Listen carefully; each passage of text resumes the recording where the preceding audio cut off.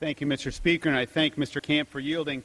You know, Chairman Levin said a minute ago that it's hard to find anything that the majority or that the minority likes. Well, I'll tell you a few things, Mr. Speaker, that we'd like. We would have liked a stimulus that worked.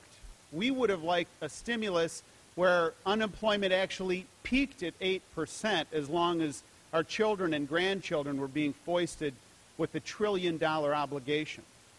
We would have liked it if last month's unemployment numbers weren't goosed up by simply census employees joining the ranks. We would have liked it, Mr. Speaker, if during the health care debate a thoughtful approach had been put forward that wasn't going to cost employers like Caterpillar in my home state $100 million in the first year, or John Deere $150 million in the first year. We would have liked those things, Mr. Speaker.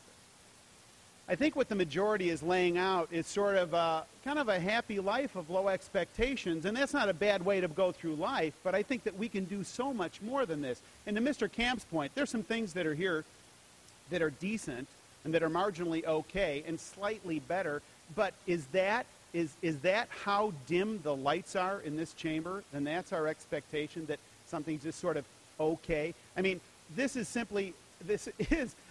an increase in government spending after all.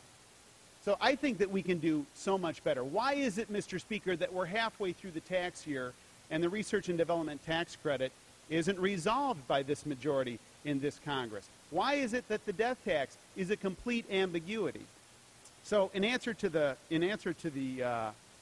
chairman, I have a lot of respect for him and for his work and his sincerity, but I think I want to echo Mr. Camp's observation that this is so narrowly crafted and so de minimis, and being proclaimed by the same folks that promised us great things in the stimulus, that I think we can do better, and I will oppose the bill. I yield back.